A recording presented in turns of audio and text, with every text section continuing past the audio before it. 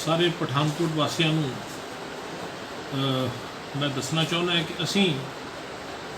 तुहानूं जिस तरह पता है कि स्टैंड अलोन शॉप्स उन्होंने असी पिछले 2 दिनों तो खोल दिता सीगा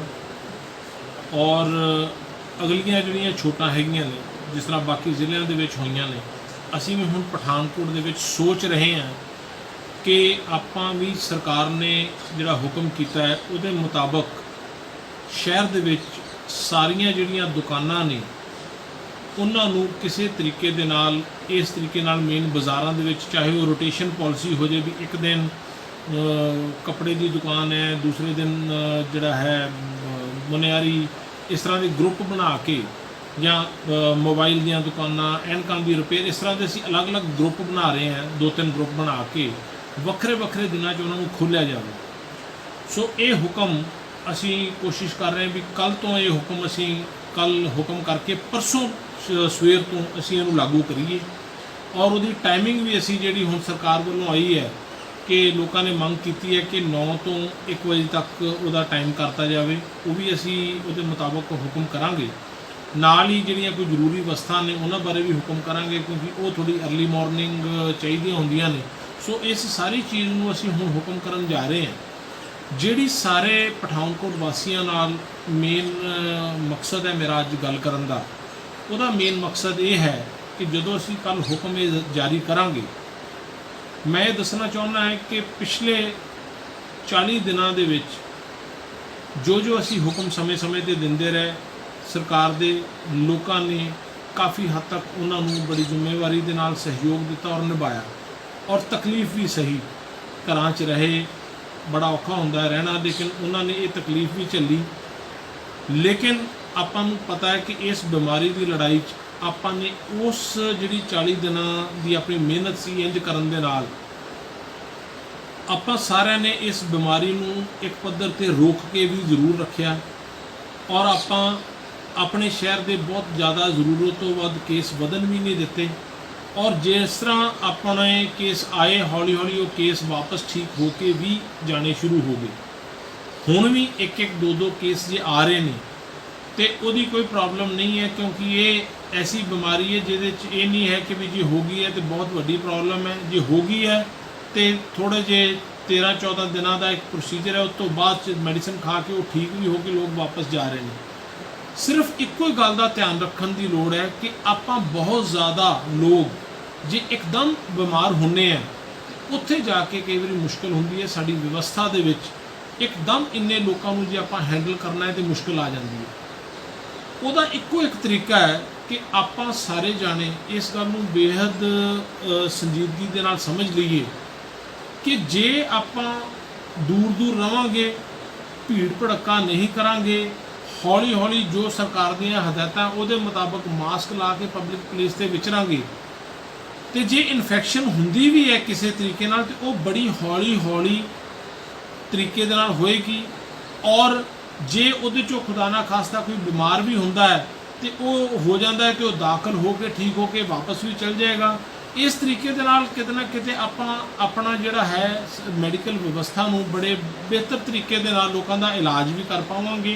और कोई घबराउण दी गल भी नहीं है। लेकिन ये तां ही संभव होएगा जे साडे सारे लोग अपने बच्चे आपां इस गल नूं समझांगे कि आउण वाले समय जो सरकार की ड्यूटी सी सरकार ने निभा के ये 40 दिन असी सख्ती भी की पुलिस ने कर्फ्यू भी लगा के रखा तुहानूं असी रोकिया भी। लेकिन हुण जिस तरह असी छोटां तुहानूं देन लगे हैं बड़ी वड्डी जिम्मेवारी असी परिवार दे उपर पा रहे हैं लोगों के उत्ते पा रहे हैं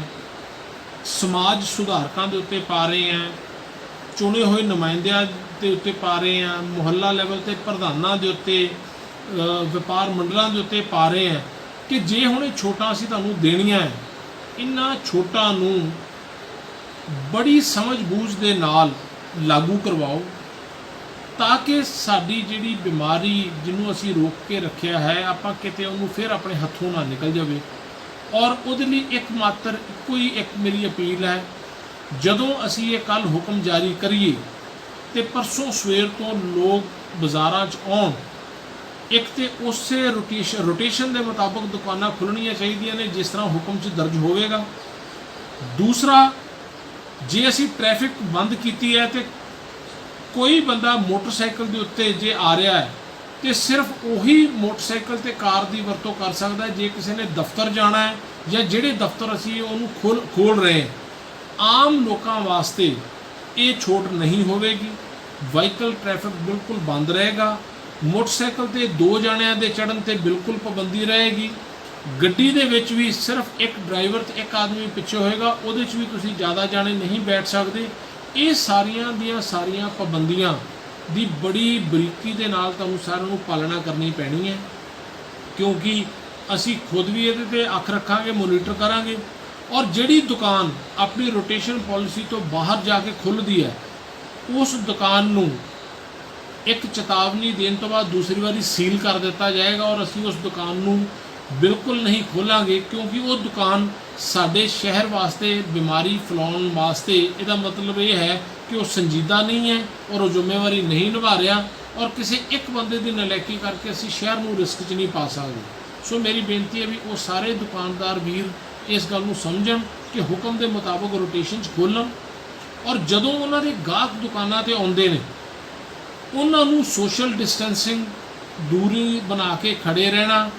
ਇੱਕ ਇੱਕ ਕਰਕੇ ਉਹਨਾਂ ਨੂੰ ਵਿਚਰਨਾ, ਮਾਸਕ ਪਾਉਣ ਲਈ ਕਹਿਣਾ, ਖੁਦ ਮਾਸਕ ਪਾ ਕੇ ਰੱਖਣਾ, ਇਹ ਸਾਰੀਆਂ ਚੀਜ਼ਾਂ ਦੀ ਜ਼ਿੰਮੇਵਾਰੀ ਜਿਹੜੀ ਹੈ ਦੁਕਾਨਦਾਰ ਵੀਰ ਵੀ ਨਿਭਾਉਣਗੇ। ਔਰ ਅਸੀਂ ਵੀ ਸਰਕਾਰੀ ਤੌਰ 'ਤੇ ਆਪਣੇ ਮੈਜਿਸਟ੍ਰੇਟ ਸਾਹਿਬਾਨ ਨੂੰ ਲਗਾ ਰਹੇ ਹਾਂ ਜਿਹੜੇ ਕਿ ਉੱਥੇ ਪਬਲਿਕ ਐਡਰੈਸ ਸਿਸਟਮ ਦੇ ਨਾਲ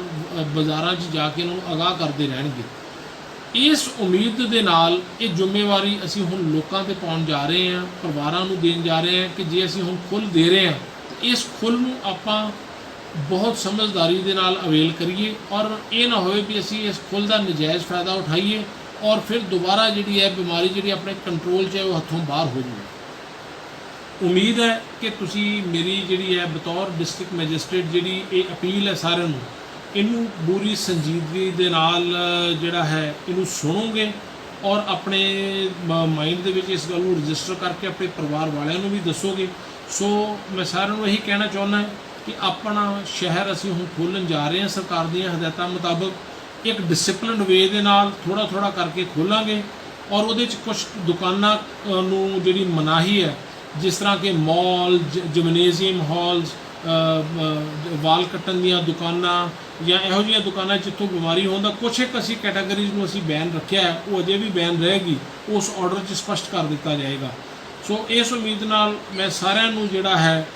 ਇਹੀ ਅਪੀਲ ਕਰਨੀ ਹੈ ਕਿ ਇਹ ਜਿਹੜਾ ਹੁਕਮ ਅਸੀਂ ਕਰਨ ਜਾ ਰਹੇ ਹਾਂ ਇਹਨੂੰ ਇਨ ਬਿਨ ਜਿਹੜਾ ਹੈ ਤਰੀਕੇ ਦੇ ਨਾਲ ਆਪਾਂ ਸ਼ਹਿਰ 'ਚ ਇਹਨੂੰ ਲਾਗੂ ਕਰੀਏ ਔਰ ਇਹ ਖੁੱਲ੍ਹਾਂ ਜੇ ਅਸੀਂ ਤਰੀਕੇ ਦੇ ਨਾਲ